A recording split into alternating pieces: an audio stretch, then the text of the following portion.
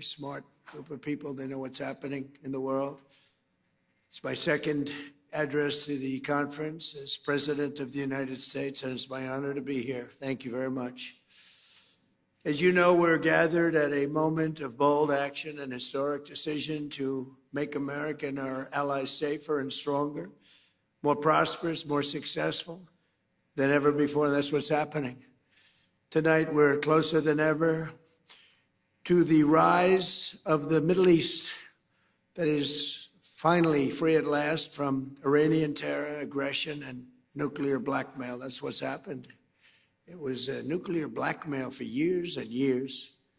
And beyond that, there was blackmail, period. Under my leadership, America is ending the threat posed by this radical regime, decimating Iran's capabilities with Operation Epic Fury, something that nobody's ever seen anything quite like it. We have the most powerful military in the world by far. I built it in my first term. Remember, I said $1 trillion. They all said, what do you mean $1 trillion? $1 trillion. Every year, another trillion, the next, another trillion. We have the best people. We have by far the best equipment. We have weapons that nobody's ever seen before. We have weapons that nobody even knows about, except for a few of us. For 47 years, Iran has been known as the bully of the Middle East, but they are not the bully any longer. They're on the run.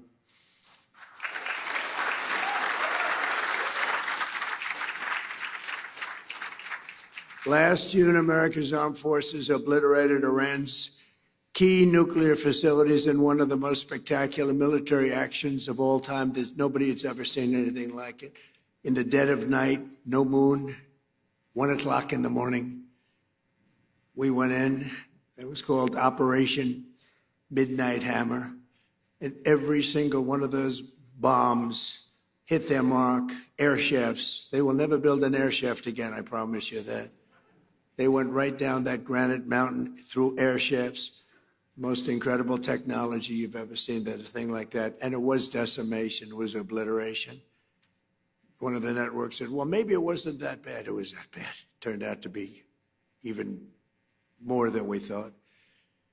But after that attack, the Iranian lunatics refused to cease their pursuit of nuclear weapons. And I have to say, before that, Barack Hussein Obama, did you ever hear of him? Barack Hussein Obama, he had the Iran nuclear deal. He went to Iran. He paid him. Remember, he sent two Boeing 757 jetliners. They took the seats out and they piled it with cash, like 1.7 billion of cash. That's when I realized the president is very powerful. The presidency is a very powerful thing. When you can do that, I haven't done that yet. I haven't found a reason to do that yet, but that's big. 1.7 billion in cash. You know, there wasn't a bank in D.C., Virginia, or Maryland that had any money after that disaster. But they sent the cash to Iran. But more importantly, they signed an agreement, the Iran nuclear deal, which if I didn't terminate it in my first term, I terminated it almost immediately. If I didn't terminate it, they would have had a nuclear weapon long ago, and they would have used it on the Middle East, Israel and the Middle East.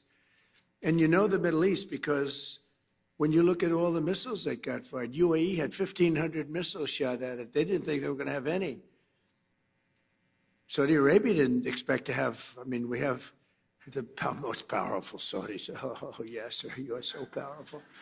But Yasser, you didn't expect any missiles going to Saudi Arabia. They didn't expect them in Qatar. They didn't expect them in Kuwait, in Bahrain. The missiles rained down on you. They were going to hit you with nuclear or whatever they had. But we stopped it. We stopped it. We stopped it with him. And then there was a big moment also in my first administration when I took out Soleimani. And a lot of people think that might have been the biggest thing of all because he was a mad genius. He was a vicious, horrible human being, but he was a great general and a great leader, if you define a leader in a certain way, very, very powerful leader. In fact, he was so powerful that I really think that the leadership of Iran was extremely happy when I took him out, but they don't say that, but nobody's going to be asking him anymore because they're not here either. But getting the termination and terminating the Iran nuclear deal that was done by Biden and Obama. I would say mostly Obama. Actually, I don't think Biden knew where he was then, too. He had no idea. If you said to him, the Iran nuclear, what's that? But there was 4 years of hell we had with this guy as our leader, I'll tell you. And then we hit him with the B-2 bomber, so we did it twice. But if they would have had a nuclear weapon, it would have been a whole big deal. And I wouldn't be here right now, and probably you guys wouldn't be too happy. You might be in an area, who knows where you would have been. But we did it twice. And I really believe we saved the Middle East. We saved not just Israel, we saved the Middle East. And it was proven by all those rockets that fired down upon you. Saudi Arabia got hit a lot. You all got hit, and nobody expected any missiles to be wasted. You would have thought they were only going at Israel. They weren't. As President of the United States, I would never allow the world's #1 state sponsor of terror to obtain a nuclear weapon. I said that for a long time. And I didn't. To defend America and our allies over the past 27 days, the U.S. Armed Forces, most powerful in the world, have been annihilating Iran's military capacity with force, precision, skill like the world has never seen. It was violence, actually, really violence. We're crushing Iran currently as we speak. I just looked. We had another big day. We hit them. They don't know what's happening. Remember this. They lied about 3 days ago. I said, yeah, we're negotiating with Israel. We are not negotiating. They're being hit so hard, anybody would be negotiating. They are negotiating. They're begging to make a deal. They're begging to make a deal. Turned out I was right. They were negotiating, which they admitted 2 days later. And in order to make up for their misstatement, they said, we're going to send you 8 ships of oil.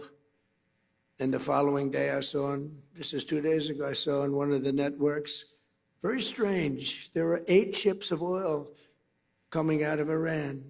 And then they actually said, we're going to add an extra 2.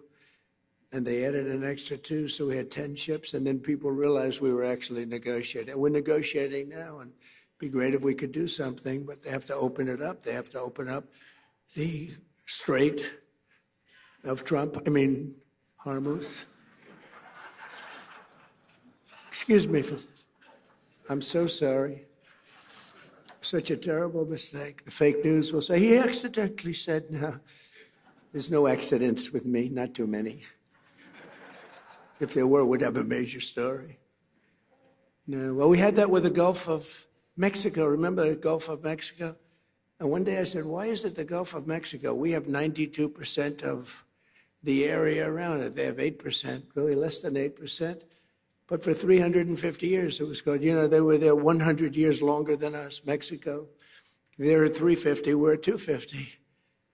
And I said, often asked myself, why do we call it the Gulf of Mexico? It seems like we dominate. Well, when I checked, it was more than 92%. So I announced, I wouldn't say Mexico was thrilled, but I announced that from now on, the Gulf of Mexico is going to be called the Gulf of America. And it took about 1 hour, and it was done. Everybody, the president called me. She's really a nice person, too. I like her a lot. She called up. She had the most beautiful voice. She's a very elegant woman, has a beautiful, beautiful voice. She goes, President, tell me, this is not so. No, it's so. Oh, it's so.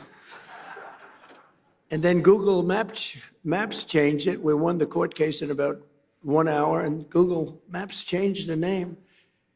And it's now the Gulf of America, which it should be in all fairness. We're crushing Iran's weapons stockpiles, destroying their missiles and drone factories at levels nobody ever thought was possible, and turning their defense industrial base into nothing. Iran's navy is gone. It's all sunk at the bottom of the Gulf and elsewhere. Did you see the attack submarine that we have went after one of their boats? It was called the Soleimani. It was the pride of their fleet. But this attack submarine goes like 60 miles an hour. I'd never saw anything.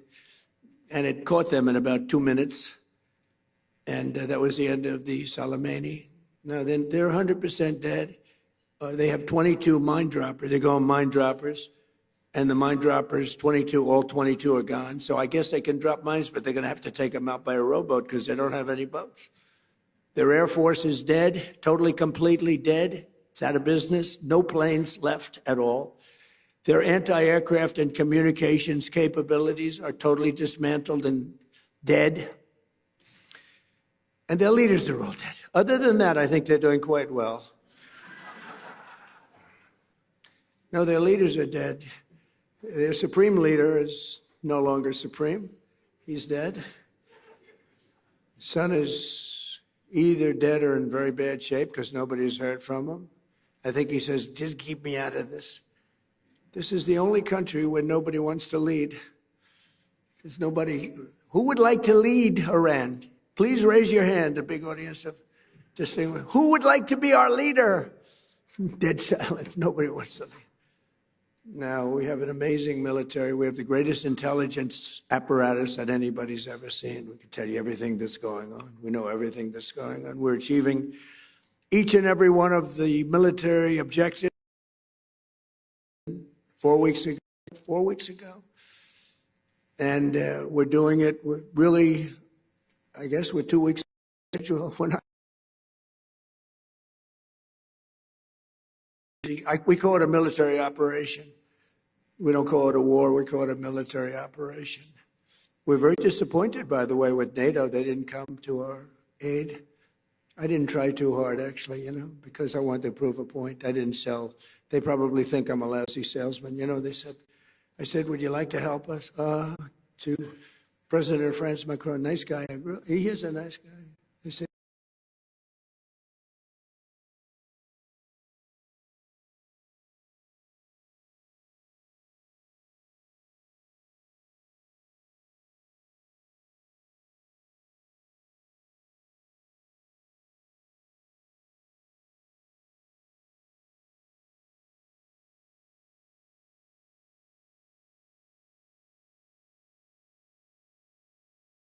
very well, but we could probably use them maybe for helicopters.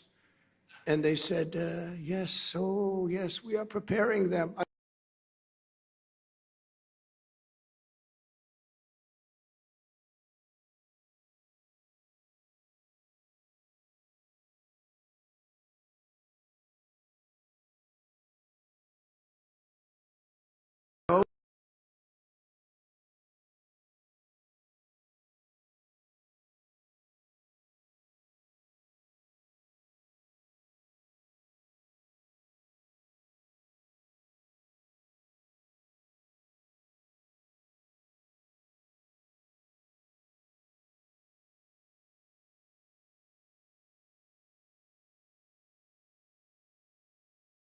Ukraine's not our war. That war would have never happened, but we had a man of a very low IQ as president, and he had no idea what the hell he was. I was listening to him talk. I said, he's forcing an issue that's going to be trouble, and it turned out to be trouble.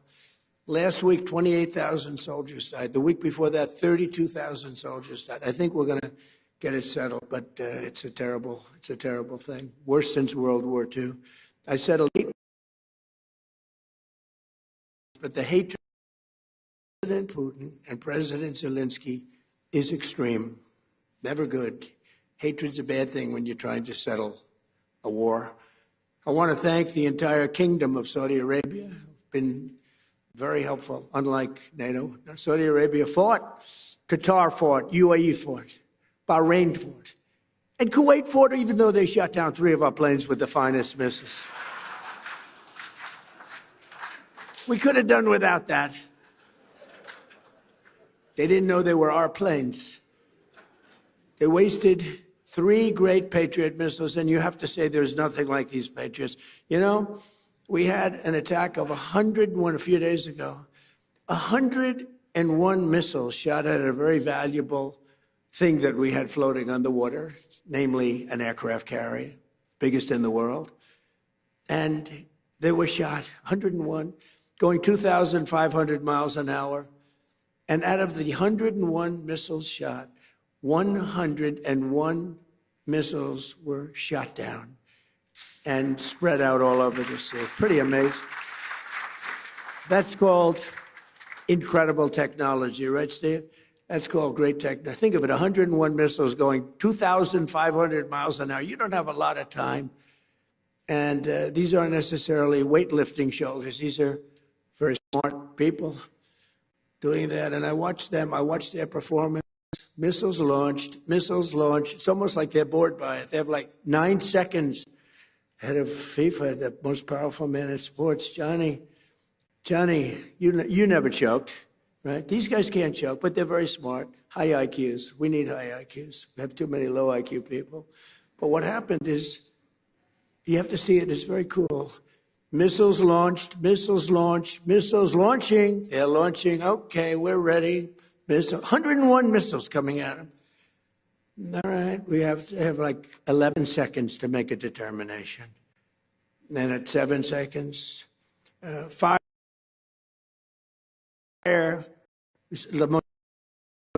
boom. One at a time, just knocked them out like they were nothing. Genius. It's like unbelievable. I mean, to think and we have the technology nobody has. Look at what happened in Venezuela. They had other equipment, not ours. They made the mistake of using other equipment. Didn't work too well. And Venezuela was, it was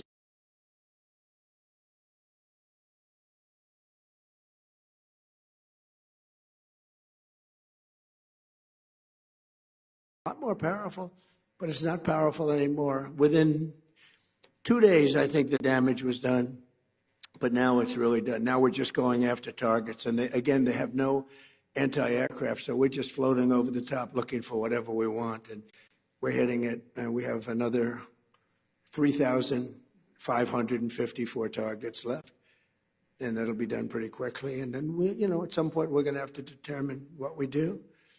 But they've never seen anything like it. When we hit Venezuela, that's a very strong military country. They have soldiers. If you've ever been there, I've been there. They have a lot of soldiers walking around all over the place. Everyone's a soldier. Very military kind of a place. And there was a general, professional general, really good. And he said, we were all set for him. We knew there was a problem when we noticed at 1 o'clock in the morning, every 32 seconds, another airplane, a very fast plane, was coming off the deck of an aircraft carrier. That's actually the biggest aircraft carrier in the world. And every 32 seconds, boom, boom, boom. And it was 1 o'clock in the morning. So we said, okay, I think we're in trouble. But they were ready for us, Johnny. And we were ready. He said, we were ready. And then they hit us. And they came from 17 different angles. They were here, they were there. We ran for our lives. It was over. And it was over. And then we took this guy who was a very bad guy, and within literally minutes, he was in the back of a helicopter in a house that was in a big military base with thousands and thousands of soldiers. The house was all steel, with steel doors, steel everything. They had the small steel doors, the big doors. We were equipped for anything. Even the big one would have been opened within 30 seconds. They walked in with blow torches. And within minutes, he was out of the house, being thrown into the helicopter, sailing away, and the soldiers just looked. Bye.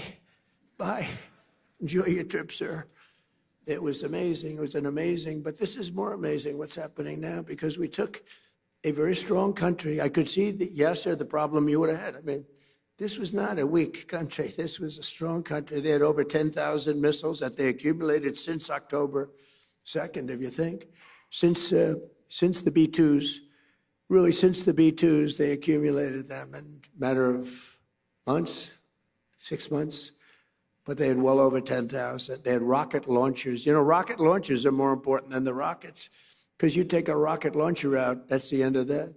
People think you can take those big rockets and throw them out your window, like when you were a child with the paper airplanes. You thought, it doesn't work that way. You need those launchers, and we knocked out 97% of the launchers. That's why you may be attacked, but you're not being attacked with very heavy numbers of missiles like at the beginning. But in particular, I want to thank my friend, the Crown Prince Mohammed, who is a fantastic man and a great friend of mine, and a friend of all of yours, I think.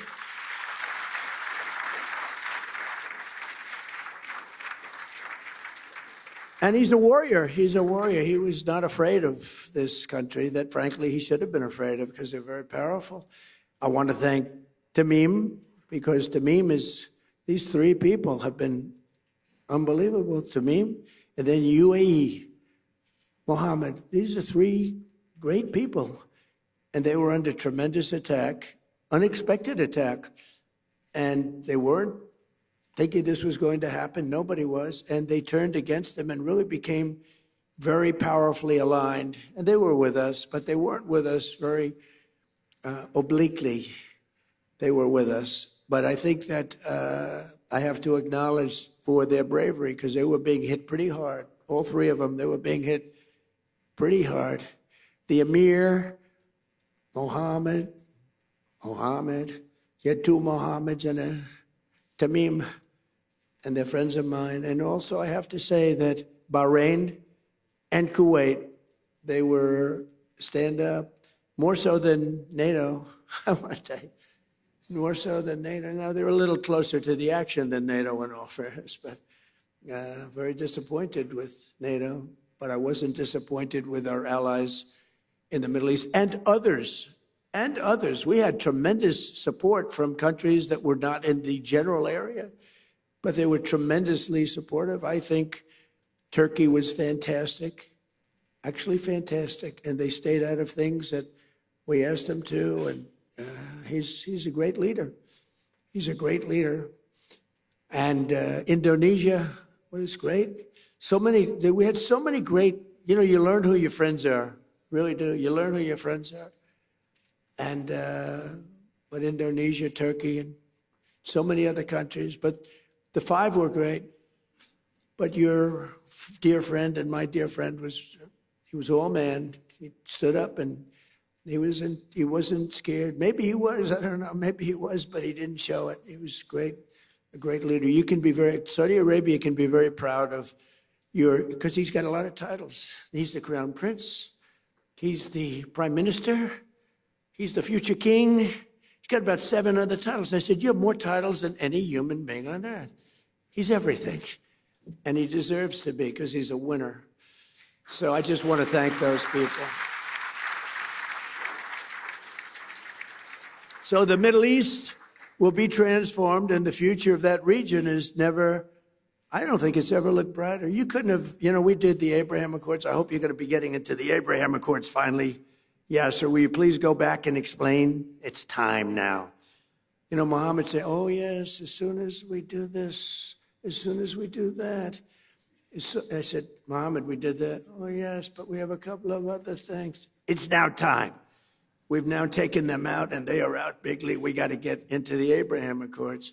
And we hope all of the countries are going to be in the Abraham Accords. We have some very brave countries that did it, years ago. They went in, and you know who they are, the early four, and they did a great thing in doing it, and it was great for them also economically, but it was a great thing that they did it. But I think all the Middle Eastern countries are going to be joining now. And in some cases, I would say all the Middle Eastern countries and beyond. You have people not in the Middle East that want to be members. You'll be seeing that soon. In the meantime, the conflict in Iran also makes it absolutely vital for the radical left Democrats in Congress to immediately end their dangerous shutdown of our Department of Homeland Security. They want to play games. That's all they are. These people are lunatics. They sort of remind me actually a little bit of Iran. They're deranged. They're deranged Democrats. For 42 days, they've tried to completely eliminate funding for the number one duty of government, which is keeping America safe.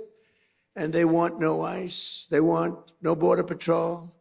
They want no protection of any kind to be given, reopening our borders and stopping all immigration enforcement in our country. They want to have our borders be open again.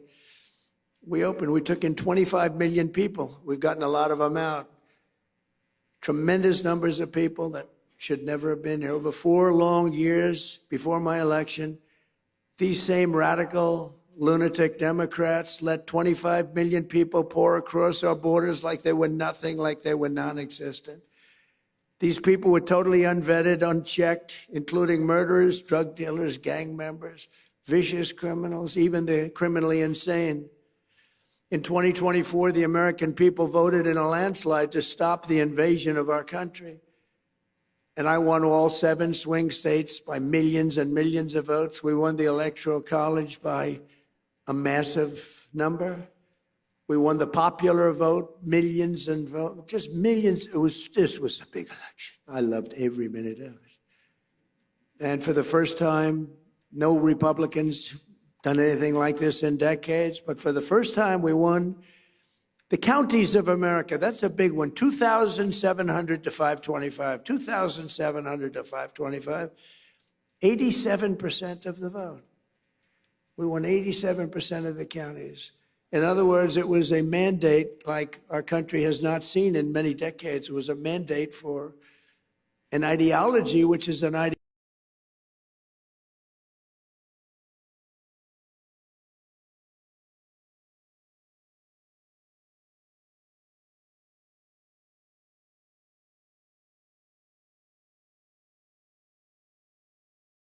I heard the other day, I think that he's losing the MAGA base. I said, really? Because of the war. See, I get into a war. Because I call it a military conflict. But there's a reason for that. But you get into a war or a military conflict for you, and then they say, my base. I said, no. MAGA's stronger than ever because MAGA's make America great again. But my MAGA people, which is the greatest phrase in the history of politics. It's the most important movement by far, probably in the history of the world. I mean, there's never been anything like this. And in fact, just a few days ago, you have to understand, the fake news right back, oh, that's a lot of fake news. Yeah, so you brought a lot of fake news with you. They must know you're going to make a speech at some point because look at the... But what happened is the fake news was saying, he may...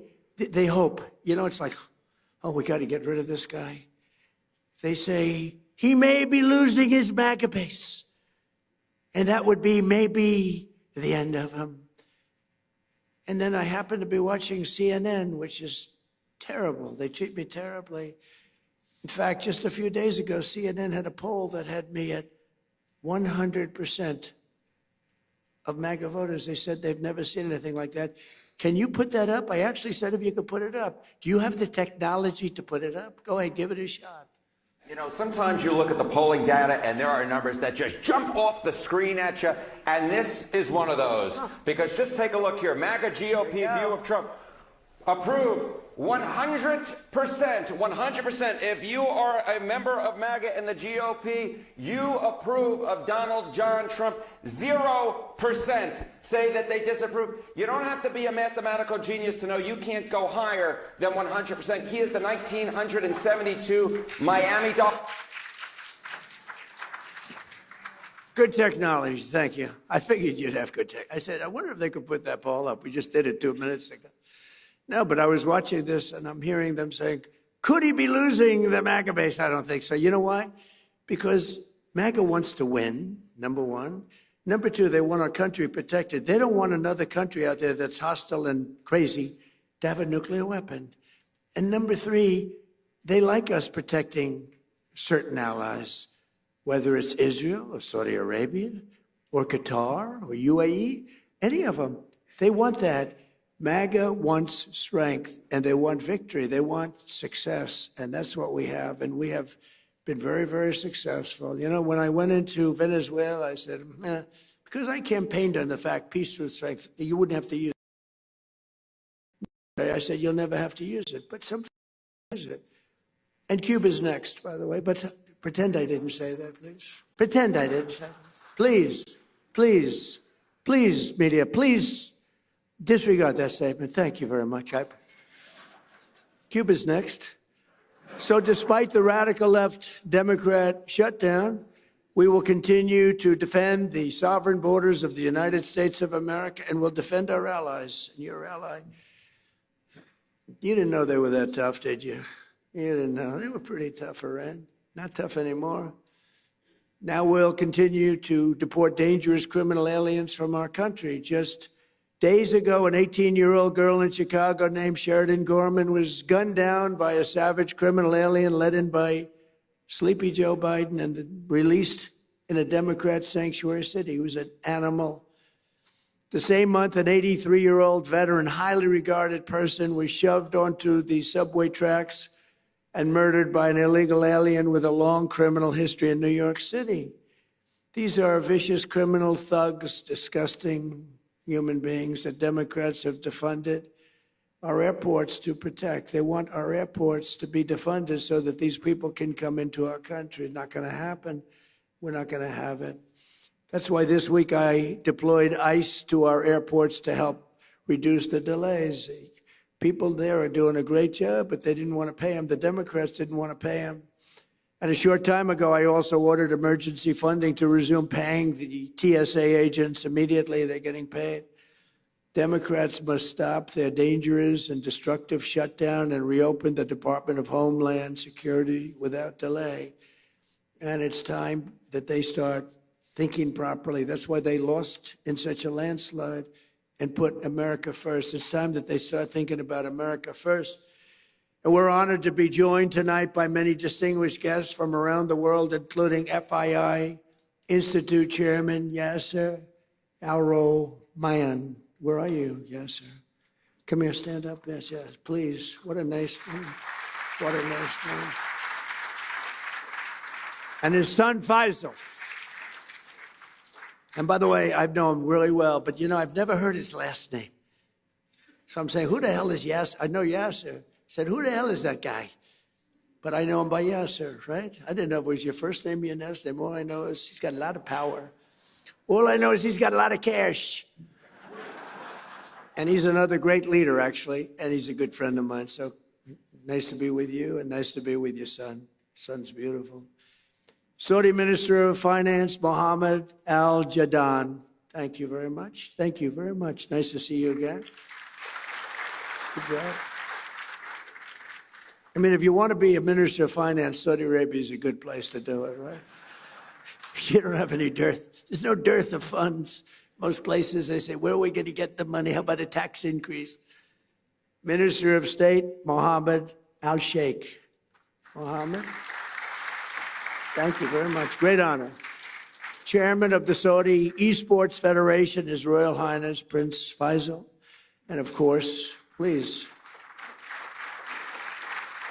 Thank you.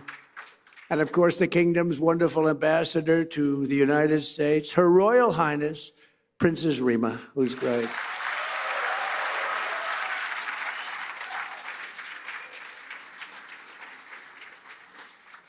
She's great. Also, I want to thank the president of Sierra Leone, Julius Madabio. Madabio, I love that name. Thank you. Great honor to have you. And chairman of the FII Institute Executive Committee, Richard Attias. Thank you, Richard. As well as special envoy, I call him Henry Kissinger, who doesn't leak, because Henry is a big leaker. Richard Nixon would beat him. Henry, somebody's leaking on us. There's somebody leaking. Henry would say, we'll get to the bottom. It was Henry that was leaking. That wasn't good. So we have Henry Kissinger, better than Henry Kissinger, and he doesn't leak. Special envoy Steve Witkoff. Thank you, Steve. Doing a great job. And he and Jared Kushner, they're like a team, and boy, I tell you, they're a good team. High IQ. It's a high IQ team. You want to find your high IQ people. Director of the Office of Science and Technology Policy, Michael Kratsios, a Greek individual. Where's Michael? He was at the Greek event. Hi, Michael. He was at the Greek event yesterday, so I know he's Greek. They asked me, please, sir, would you introduce Michael? CMS administrator, a phenomenal man, a brilliant man. You know, he had a show on television for like 20 years that was so great. I was on his show. He said, would you do me a favor? Would you go on my show? I said, yeah, I'll go on your show. It's a big show. It was very successful. And I went on his show, and he determined that I should lose weight. This is what I went through. He said, I think you should lose weight. I said, I don't need you saying that in front of millions of people. You don't have to tell me that. But he's a great guy, And I don't know how he ever got the job after that, but he's the most powerful man, actually. Medicine, him and Bobby. What a team. Bobby is great. He's great. Dr. Oz, you know that, Mehmet Oz. And they're coming up with things that are amazing, a little out of the box, but the out of the box guys are really finding things that are amazing. Autism, that's so important to us. We want to find out why is it happening in such large numbers all over the world, but why is it happening in our country all over the world? And you're coming up with some pretty impressive studies and answers. A really good friend of mine, the president of FIFA, Gianni Infantino, and Johnny is great. You know, when I didn't get the Nobel Peace Prize, you got to understand, I don't care. Norway has lost so credible. I stopped 8 wars. I even stopped India and Pakistan. And they were going at it for a week. They had 9 planes already shot down. They were in a war. I stopped them. You know how I stopped them? I said, if you keep fighting, I'm going to put a 250% tariff on each one. No, you cannot do that. I said, I'm doing it. All right, we won't fight anymore. That's how I stopped them. I used tariffs to stop. You ever hear of anything like that? It was too much for them to bear. But they were going to be in a war. And the prime minister, actually a great guy, the prime minister of Pakistan said President Trump saved 30 to 50 million people. 2 nuclear countries would have happened. And I figured, if I don't get the Nobel Prize for Peace, nobody will ever get it. I didn't get it. I'm not surprised. I didn't get it. And the person that got it was shocked. She's a wonderful woman, too, by the way. And she said, no, I don't deserve it. President Trump does. Nobody deserves it. Nobody ever does. I stopped 8 wars, Yasser. Do you know what that is? 8 wars. You didn't stop 8 wars. You started 8 wars, Yasser. I stopped 8 wars. But it was a little early because, in all fairness, it was for the year before, right? It was for 24. But still, you thought they would have made an exception. But they didn't do that. You watch what happens. But it was sort of amazing. So she was so nice, and she actually came to the White House, and she presented me with her award. She's a wonderful woman. But stopping wars I think, it's the best. I think I do it the best. I stopped wars that nobody thought. President Putin called me. He said, I can't believe you stopped this one and this one, which are impossible. Azerbaijan, it was an impossible war to stop. We stopped it. But we also have a man who's probably good at stopping wars. I know he's good at being a tough guy. He is a tough guy. He's been very tough on crime, and he's done a great job. Miami Mayor Francis Suarez is here someplace. Francis, hi. How are you? And we have our great son. He's got the best genes, I think, of any human being I've ever known. He's my son, Don Trump. Don, he's a great guy. And his fiancée, Bettina. Good, Bettina, good. No, my son's got the greatest genes in history. I'm a big believer in genes, by the way, I will tell you. My daughter, Tiffany, and her husband, Michael. My beautiful daughter, great, and they have a new child, the most beautiful guy we've seen, right? Blows us all away, right? He's great. Thank you for being here.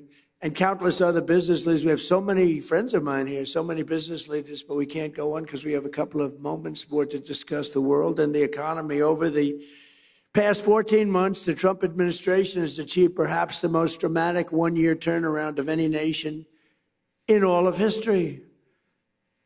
A short time ago, a man that we just discussed, the king, the future king of Saudi Arabia, and I also love the king of Saudi Arabia. What a man he is. When I was there, we bonded. He would grab me to get up. He was a little frail at the time, and this was a long time ago, and he's still doing well. And he'd grab my arm to get up when I was sitting next to him.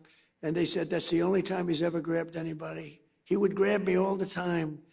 And I said, I think he likes me. And he did like me, and he still likes me, and he's a great man, and say hello to him. He's a great guy with a great son. But a short time ago, we were together, and he looked at me, and he said, you know, it's amazing. 1 year ago, you were a dead country. Now you're the hottest country anywhere in the world. He didn't think this was going to happen. He didn't think he'd be kissing my ass. He really didn't. He thought he'd be just another American president that was a loser, where the country was going downhill. But now he has to be nice to me. You tell him he better be nice to me. He's got to be. But it was really something. He said, though, it's amazing, President, because he's a very smart, but a regular kind of a guy. He said, it's amazing, President. A year ago, in that case, it was a year and a half. It was 6 months ago. But a year ago, you were a dead country. Now you're literally the hottest country anywhere in the world. And that was before we beat the hell out of Iran. Now I think he's got to say even better. I think we have to up it. But he's fantastic. And everything we do, we're working to make America the #1 place on earth to do business. We passed the largest tax cuts in American history, including no tax on tips, no tax on overtime, no tax on Social Security for our great seniors. We provided 100% expensing and bonus depreciation so that anyone who wants to build a factory can deduct the entire cost of equipment and the entire factory in the first year. That used to take 38 years to do. You'd take it little drips. Now it's done. And a lot of people remember that my first 4 years was the most successful time we've ever had financially in the history of our country. We had an unbelievable success, but this is much better. And by the way, when this war ends, it's going to be like a rocket ship. I thought we were going to go down more, and I thought oil prices were going to go up higher than they are now. It's not finished yet. I'm not saying it's sort of finished, but it's not finished. It's got to be finished. And I thought that we would see a bigger drop in stock. It hasn't been that bad. It's sort of crazy. I hit 50,000 on the Dow. People said that wouldn't be possible within 4 years. I did it in 1 year. And then we hit 7,000 on the S&P. People said that's even harder than hitting 50,000 on the Dow. And I did that in less than 1 year. Toward the end of the year, both of them, we broke every record, every stock record we broke. And you're big beneficiaries because so many of you invest in the United States, and keep doing it because it's going to be a rocket ship. You watch. But then I said, all right, do I have to do this? We have a country that's sick and demented, and they have a nuclear weapon, or they want to have one. They were very close to getting it. Remember, they were 2 weeks away. They were 2 weeks away. If we didn't hit that, I call it the nuclear dust. I use the term nuclear dust. If we didn't knock the hell out of them, they would have had a nuclear weapon within 2 to 4 weeks, and they would have used it on you and on Israel and on everyone else. And I said, we really do have to stop and go on a little different journey for a little while and take them out and then go back to life. And that's what we did. And we did it violently. We did it powerfully. We did it with the respect of the world. And we helped a lot of allies. And we learned about other allies. We learned that other allies weren't there. We didn't need them, but they weren't there if we did need them. And that's going to be very costly for them. The stock market has set 53 all-time record highs since the election, adding $9 trillion in value to America's savings and retirement accounts and 401ks. Everybody's benefiting by this. And more Americans are working today than at any time in the history of our country. At any time. To me, that's the #1 stat. More Americans are working today, by far, than at any time in the history of our country. And in 14 months, we've lifted 3.3 million Americans off of food stamps. That's a record. And Biden and his allies wrecked our country. They wreaked havoc on our economy, and they gave us the worst inflation in American history. Under Trump, during the last 3 months of 2025, we got core inflation down to 1.6%. And right now, the average tax refund for filers, because of the great big beautiful bill, has been close to $5,000. It's a lot of money for a family. And this, when I'm talking to Saudi Arabia and I'm talking about $5,000, they look at me, 5,000? That's like a penny, right, David? That's like a penny. Saudi Arabia is not into $5,000, but it's Saudi Arabia.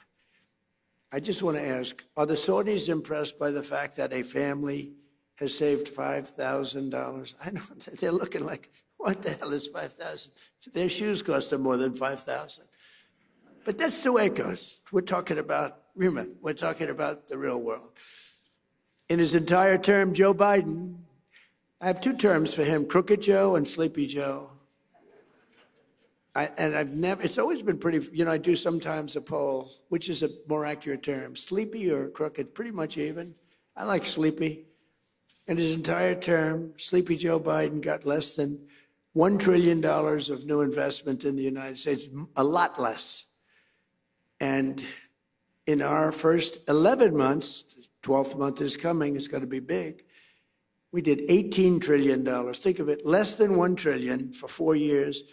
In 11 months, we did $18 trillion. And we have factories being built all over the country at a level that's never been seen before.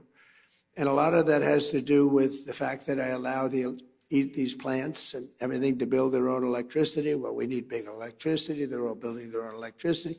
But a lot of it has to do with the tax bill, a lot of them, because it's really the biggest tax reduction bill in history, the great big beautiful bill. And a lot of it has to do with the 1-year deductibility where you build a plant and you take the whole thing as a deduction. I did that in my first term also, but I had it for 1 year. Now I have it for 10 years. So it's pretty amazing, and it's pretty amazing what we're seeing. But it all started with our historic visit to the Kingdom of Saudi Arabia. My first visit was to the future king. And on that first foreign trip of my presidency last May, the Crown Prince announced that Saudi Arabia would be investing an incredible almost $1 trillion in the United States, which he later increased. As just a few examples of these new partnerships, Oracle will be building a $14 billion worth of cloud computing and AI infrastructure in the kingdom. I didn't know that, David. We have to talk to your father about that. Why isn't he doing it here, David? I'm very upset with you. And by the way, David has done a very good job. David Ellis said he just had a very big win. And your father's very proud of you because your father said, that's a tough one. And you got it done. It's going to be a great success. You're going to be a great success. You're going to blow away your father. And he'll be very happy about that because he loves you. But it's a great family. Great family. Say hello to him, okay? You're going to have a big, big success with the deal he made. Boeing is selling dozens of 737 airplanes in a deal valued at $4.8 billion and supporting approximately 20,000 U.S. jobs. And during our trip, the United States and Saudi Arabia, and I must say also Qatar, we visited, they were fantastic. And UAE, we visited, they were fantastic, all three of them. We took in a total of almost $3 trillion from just those three countries. But Saudi Arabia signed the largest defense sales agreement in American history, nearly $142 billion of the finest military equipment anywhere in the world. We make the best military equipment in the world by far. Nobody's ever figured out the Patriot. I mean, when you can shoot down 101 out of 101, that's good stuff, right? And those suckers are traveling at 2,000, Mr. Minister, 2,500 miles an hour. You better hope you don't have chokers sitting behind that desk. Because if they're about 1 second late, that's the end of it. You know, you say, well, we missed them. They're coming. When I hosted the Crown Prince at the White House last fall, we officially designated the kingdom as a major non-NATO ally, first time. And for the very first time, we agreed to sell Saudi Arabia perhaps the most capable fighter jet ever built, the F-35. The F-35 is amazing. And we sell them very sparingly. We don't want other people to have them. I'm confident that this partnership and so many others around the world will continue to grow and thrive because under President Trump, America once again fights and competes for one thing. We fight to win. We fight for justice and we fight to win. We don't fight to be politically correct like we did under other presidents where we fought to just keep fighting and fighting and fighting. And, you know, when I took out ISIS, I was told by generals it would take 4 to 5 years. And I met General Raisin Kane, who's our top head of the Joint Chiefs of Staff. I said, if I ever do this thing again, if I ever get in, I'm putting that guy as the head of the Joint Chiefs of Staff. I went to see him in Iraq, and I said, why is it taking so long to destroy ISIS? We have the best weapons in the world. And I understood why, but I had generals, I call them the television generals. They weren't any good. Mattis, Milley, they weren't any good. They were lousy. But they said, sir, it will take about 4 years. When I went over and I met General Kane, I said, how long will it take? 4 weeks, sir. You'll have a lot of time left over. I said, wait a minute. Did you say 4 weeks? 4 weeks, sir. It'll take 4 weeks. You have a lot of time left over. That's our new head of the Joint Chiefs of Staff. And he said, how do you do that? Well, sir, we were only able to fight from this one very far away location because nobody wanted to use all of our portable runways that we have all over the Middle East. We have portable runways, can you believe it? We have everything. But nobody wanted to use them because they didn't want to insult the country where the runway was located. I said, they wouldn't even know. Do you think some country's going to know when we have jets taking off? They don't know. He said, well, I agree with you, sir, but whether they know or not, who cares? He said, so we have about 17 locations that we could take off. From this one, it took 8 hours to get to the destination. By the time we got there, we had to refuel all the time, and we had to come back. He said, but we have 17 different locations, sir. And, sir, we're going to hit them from the left. We're going to hit them from the right. We're going to hit them from the east and the west. And we're going to hit them from above. And you could see he was getting crazy. And I said, what's your first name? He said, Raisin, sir. What do you mean, Raisin? My name is Raisin. I said, you mean your name is Raisin Kane? And he said, yes, sir. You're the guy I'm looking for. I've been looking for you for 4 frickin' years. I found Raisin Kane. His first name is Dan, but his nickname is Raisin. And I love that. I loved Raisin Kane. And I said, if I ever get in, this was before I decided to even run, I said, if I ever run and if I win, that guy's going to be the head of the Joint Chiefs of Staff. That's exactly what happened. Then he was all for me, and I'm all for him, but he's a great general. He's like one of these football coaches that's great. You know, there's some great ones, Johnny, right? And all they do is they sit, their wives are complaining, everyone's complaining. They never go, they don't see anybody. They just go into the room and they study film and tape it. Then they go out and win, and everyone says, and other guys are out there playing golf. They're not winning. And he's been great, and Pete Hegseth has been amazing. He's been amazing. Pete has done a great job. He was born for it. I really believe he was born for it. We have a lot of great people. We have a lot. We had a great first 4 years, but the people we have now, you know, look, when I won, I'd never done it before. I ran. Everyone thought I was doing it for fun. Even Steve Witkoff, he said, you're doing it for fun, right? No, I guess. I don't know. I didn't know what I was doing it for. Maybe. But they all said, no, he's going to run. And in September, he's going to have a lot of fun. He'll drop out. And then the debates came, and I did good in the debates. And we're knocking people off, all senators, governors, mostly senators and governors, all professional politicians, smart guys. You can't be stupid and be a senator or a governor. It doesn't work that way. Other than Biden, he got lucky. He was in a room. They locked him in a room, and he never got to talk. So, but that's a whole other story. But I ran, and then all of a sudden, there were 18 people, including me. Then there were 15. Then there were 12. Then there were 9. Then there were 6, 5. It's like a rocket ship. 4. And then all of a sudden, I won. But I never did it before. I went to Washington. I said, I've only been here 17 times, and I've never slept over. I didn't know anybody. So I had to take recommendations from rhinos and some good people. I mean, there were recommendations, and some were really good. I mean, I had some great people. Look, I rebuilt our entire military in the first term. We got the largest tax cuts in history, the largest regulation cuts in history in the first term. We did good, but I didn't have the same people generally. But I went home and I watched this thing closely. And by that time, I knew the good, the bad, and the ugly. I knew the good ones. I knew the bad ones. And when I came back, I picked great people. We have an unbelievable, we're talking military now, but we have an unbelievable group because I got to know it. I was never in Washington. You know, it's hard. I never ran for class president. All of a sudden, ladies and gentlemen, your next president of the United States is Donald Trump. I said, really? I never did this before. Johnny, I said, how the hell did this happen, right? But it did happen, and we had a great first term. But the second term is blowing it away, to be honest with you. It's really blowing it away. And when we decide to leave, regime change, I guess we change the regime. The regime gets blown up every 2 days. No, everybody's afraid to announce who's the head. We don't even know who the hell the leader is. So I think we have regime change already. But we're going to be, at some point, we'll be leaving.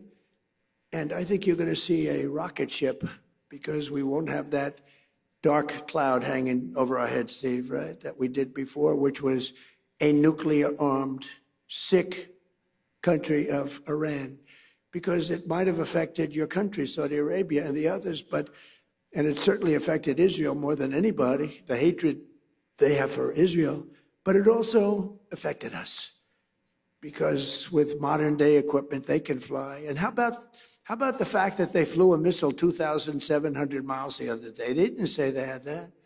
Nobody knew they had that. Went 2,700 miles.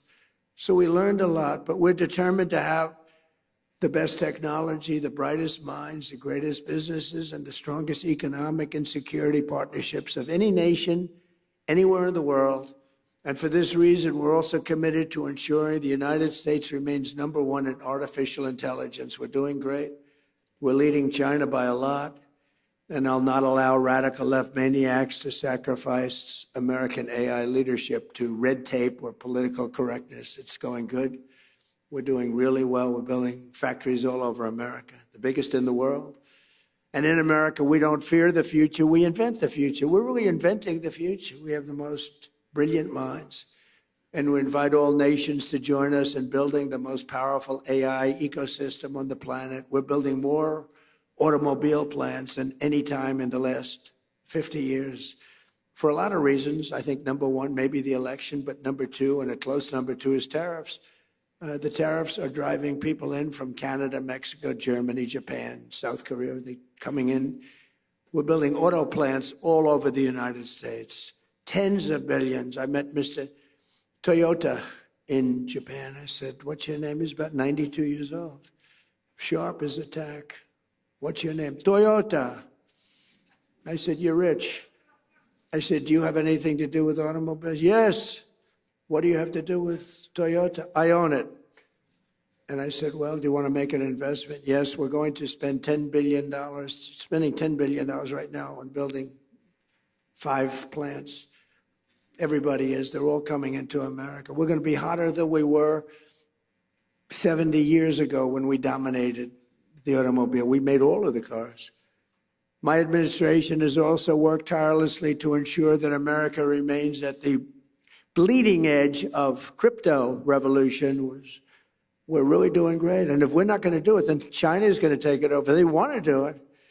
We're going to be the undisputed crypto capital and Bitcoin superpower of the world. Bitcoin's very powerful. It's all becoming powerful. So many people now, they want to pay you in crypto. They want to pay you in Bitcoin. And we have to be at the top of it in all of these, call it an industry. Last year, I signed the landmark Genius Act into law, creating a clear and simple framework for dollar-backed stablecoins. And this was a historic achievement, and I'll not allow Democrats and their big bank donors, although they've had a lot of support for crypto. They will say that. The Democrats have been very strong on crypto. They want to see it too, which is shocking if you want to know the truth. But we don't want any pointless regulations or needless restrictions. We want to have free enterprise, open. America became the world financial capital because we were the strongest and the freest nation on earth, and the Trump administration's going to keep it that way. We're very open.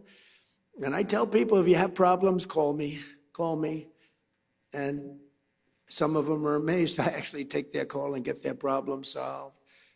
For 4 long years, our country was pushed to the brink of destruction by radicals and thugs and stupid people who punished success, pillaged our economy, dismantled our borders, and surrendered our strength. But today, all of that is behind us. Our country is prospering again, I think, like never before. I would say, it's amazing. I thought I knew I'd do it. I didn't know I was going to do it. I had no idea it was going to be this fast. But you never know. I had no idea I'd be going into Iran. I didn't think we'd have to do that. But it turned out we did because they became more and more radicalized and more threatening. Our economy is booming again, and America is respected again all over the world, perhaps like never before. With the help of business leaders, innovators, allies, and partners like those in this room, incredible people in this room, incredible success stories, the most successful people in the world. We'll seize every opportunity, overcome every challenge, defeat every threat, and America and our allies will thrive and prosper and win like no nations have ever won before. You're going to win like you've never had before. So I want to just thank everybody very much, and I'm asked to take a few questions. And unlike other politicians, they would like the questions screened. I don't ask for screening of the questions. You can ask me anything you want. You can talk sex. You can do whatever the hell you want. I'm here for you. Whatever question you want, you can ask. So do you want to do that? Do we have some people handling this? Here he comes. Look at this man. Very powerful man coming up, ladies and gentlemen. We'll take some questions. Good. Thank you. Thank you very much, Mr. President. Thank you so much. And thank you for accepting to take 5 questions. We don't want to take too much of your time. So let's talk about business. In one sentence, where should the world invest in America right now? Say it, what? Where should the world invest in America right now? Well, look, the one that they're going crazy about is AI. Now, sometimes you'll say, let's go the opposite, because I've seen it. You know, everyone goes, but AI is going crazy. AI, so my family, we made Don, the whole family. Erica's doing a good job. All of us, Ivanka, we liked real estate. When you can make money in real estate, it's a great business, but I see some of these guys come into my office, they're wearing a T-shirt and they're 24 years old. Dad, he's got a net worth of $24 billion. I said, you gotta be kidding. Off a little contraption. So, but the money seems to be, right now, AI. And also, if you're in school, like you're going to the Wharton School or the Stern School or any of these great schools, I mean, the numbers that they're paying to go into that business is incredible, where you see people getting a $10 million bonus to sign, like baseball players or football players. We're giving you a $10 million. I mean, I hate to say because it sounds ridiculous, but there have been some $100 million bonuses paid to sign. So I think probably if you're going to say one thing, AI, and just hope that it works, right? You better hope. So, Mr. President, what is the one leadership trait the world is missing right now? What is missing in leadership? Well, it's winning. You got to win. You know, I've watched a lot of people, leaders, great leaders. And, you know, the one thing about sports is you break it down into, you know, a 2-hour period, something nice. You don't have to wait a lifetime to find out is somebody a winner or a loser. You got a lot of losers, mostly losers, fortunately. It's a good thing to have a lot of losers. I always like to hang around with losers, actually, because it makes me feel better. I hate guys that are very, very successful, and you have to listen to their success stories. I like people that like to listen to my success. But I find, and I found this, and I'm only kidding, I want to say that, sort of. But I find that people that win, it's much easier to lead when you're successful and you win. You know, Vince Lombardi was a very tough person, a very tough football coach. He was sort of a violent guy, actually. I knew him. But he won, and he got away with things because he won. You know, I used to say, if you win, winning helps you to become a better leader. People follow you if you win. And not everybody can win. Some people win, and some people don't win. But when you win, it's a lot easier to lead. Talking about winning, Mr. President, the world is entering in a new economic era. Who do you think are the winners and who do you think will be the losers? Are you talking about as nations? Yes. Well, or sectors? The United States right now is the hottest country anywhere in the world, by far. And we've done it very quickly because we have a good system. Now, it's somewhat radicalized because the Democrats are really holding us back, and you better hope they don't get in because they'll destroy a lot of what we've built. But right now, the United States, as the king, future king of Saudi Arabia said, we're the hottest country anywhere in the world. I must say, I respect China greatly because it's amazing that with a system that in theory shouldn't work, you know, we go to school and we go to the best business schools and we do well in those schools. And we read about free entrepreneurship and we read about all of these different things. But you look at China, how well they do, how well they manufacture. I mean, they manufacture cars so many that they actually have a contest for who can manufacture the least cars because they have so many cars. You have to have great respect for China for the job they do. Like them or not like them, you have to respect them. So precisely, you will be going to China in May. Yes, I'll be going. We had a meeting, and I called up President Xi. I get along really well with him. He even approved the TikTok deal. He said, I will not approve that deal to other people, not to me.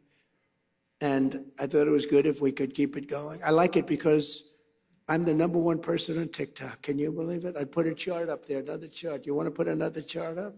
Like we did with fake news CNN. I said, you know, let's see what happens. So we got a group of very big investors, the biggest investors, and they really wanted to buy TikTok. And I did very well on TikTok in the election. I won the youth. You know, I did tremendously well with youth because of TikTok and other things, certain interviews, etc. But I did very well. And I sort of developed a liking for it. And I was told that it will never be approved by China. You had to get approval.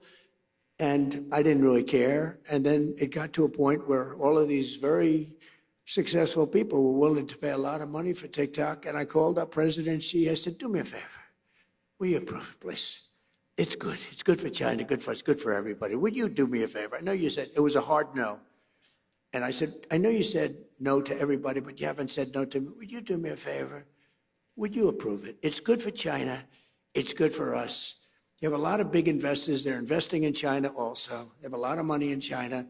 I would appreciate it. He said, okay, I'll do it. Nice. It was very nice. And they bought TikTok, and it's going to do good. And it was done with the consent of China. We get along well with China. You know, China used to take big advantage of us, but they don't take advantage of us anymore. Now we compete very nicely with China. We put tariffs on China. The tariffs got too high. At one point, they were up to 145%. You know, I was saying, nope, put tariffs on that, put tariffs on for fentanyl, add 20%. And then one day I said, what's China paying now? Sir, they're paying 145%. I said, 145? That's crazy. I got a little carried away. So I got them down to 100. Then I took them down a little more. And I'll never forget, I took them down a little bit from 145 to 100. And the fake news said, Donald Trump collapses on China. They're paying 100%. Nobody pays 100. So anyway, we got it down. And now we have a great business relationship with China. I've always had a good relationship with President Xi, except for the COVID situation, because I wasn't thrilled about that. He wasn't thrilled either, by the way, but I wasn't thrilled. But I have great respect for him as a leader. And we had a deal. I was going there, and I didn't want to go during the war. I said, look, you know, we have a thing called a war, or as they would rather say, a military operation. This is for legal reasons. I say military, because as a military operation, I don't need any approvals. As a war, you're supposed to get approval from Congress, something like that. So I call it a military operation. But we have that going along, and I'd like to delay it. So we delayed it a few weeks, so I'll be going very shortly.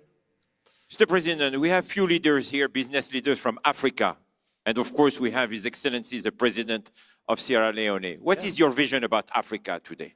Well, I tell you, it's got tremendous potential. Now, I've been hearing about this for a very long time, and I have a lot of friends that have bet the ranch on Africa. They're very smart. It's got tremendous earth. It's got tremendous value underground, which is a very important. So do we. So does America. We have the most oil, and gas, and coal, and everything of any nation on earth. There's a big advantage. But Africa has tremendous value in its land, and if they can unify and get together, I think it's got tremendous potential. I have a lot of very smart friends that they're putting everything into Africa. What do you think, Mr. President, is today the biggest mistake that leaders are making right now? Not sticking together. I think that NATO made a terrible mistake when they wouldn't send a small amount of military armament, when they wouldn't send just even acknowledge what we were doing for the world and taking on Iran. I never considered it very risky, but war is always risk. You know, a lot of strange things happen in war that are very bad, but I didn't consider it. I know how great we're the greatest military by far anywhere there was nobody close. I didn't think there was a big risk, but there's always surprises with war. They can be very bad surprises. I mean, wars are lost that should be won. Many wars are lost. You think a country is going to wipe somebody out and they end up getting wiped out themselves. So it's always risky. But I think a tremendous mistake was when NATO just wasn't there. They just weren't there. It's going to make a lot of money for the United States because we spend hundreds of billions of dollars a year on NATO, hundreds of protecting them. And we would have always been there for them. But now, based on their actions, I guess we don't have to be, do we? Mr. President. That sounds like a breaking story, yes, sir. Is that breaking news? I think we just have breaking news. But that's the fact. I've been saying that. Why would we be there for them if they're not there for us? They weren't there for us. If you had one bet on the future, what would it be? That the United States will, with good leadership, remain the dominant country anywhere in the world. But you still need leadership. I mean, look at the last 4 years were so bad with a bad leader. You need leadership. And, you know, in theory, you need to have that. You need the open, fair elections. You need a free press. We have a terrible press. We have a very corrupt media. Think of it. I got 96% negative stories, and I won in a landslide. And you know what that means? That means that the media has no credibility. You can't get mostly bad stories, fake stories. They were fake. The polls are fake. That's why I appreciate that one poll that I saw up there, 100%. She's never seen 100%. Nobody has. But you have to have a free and open media. And when a media can give you 96 to 97% bad stories, they write stories about it. Trump received 97% bad stories, and I won in a landslide. And that means very simply that the media has no credibility because that can't happen. Now, I also have a voice more than most people. I can come up and talk about it and convince people without necessarily reading the New York Times, which is fake. I mean, if you read the New York Times, you would think we're doing badly against Iran. Remember, they have no Navy, wiped out. 159 ships at the bottom of the sea in 3 days. They have no Air Force, all wiped out. They have very few missiles left. Their drones are at a minimum. Their factories are gone. Their leaders are gone. The leaders are all dead. They're all dead. Nobody ever heard of the people that are left. And if you read the Times, you think we're doing poorly. It's almost treasonous, I have to be honest. It's almost treasonous. But fortunately, we have other media that's fair and honest and honorable. And you have to go out and do some of your own talking because nobody else will. You know the expression? I have to sell myself because nobody else will. My last question, Mr. President, is the same question I asked you last year. What do you want your legacy to be? Well, I'll tell you what. So I told you that I settled 8 wars. That means millions and millions of people. And some of those wars were going on. One was 34 years, one was 32 years, one was 29 years, one was 22 years. They were long-term wars and a lot of people being killed every year. So I've saved millions and millions of people. And I mean, I know it doesn't sound right for me to say this, but I'd love my legacy to be made as a great peacemaker, because I really believe I'm a peacemaker. It doesn't seem it right now, but I think I'm a peacemaker. Okay? Ladies and gentlemen, Mr. President of the United States of America, Donald J. Trump.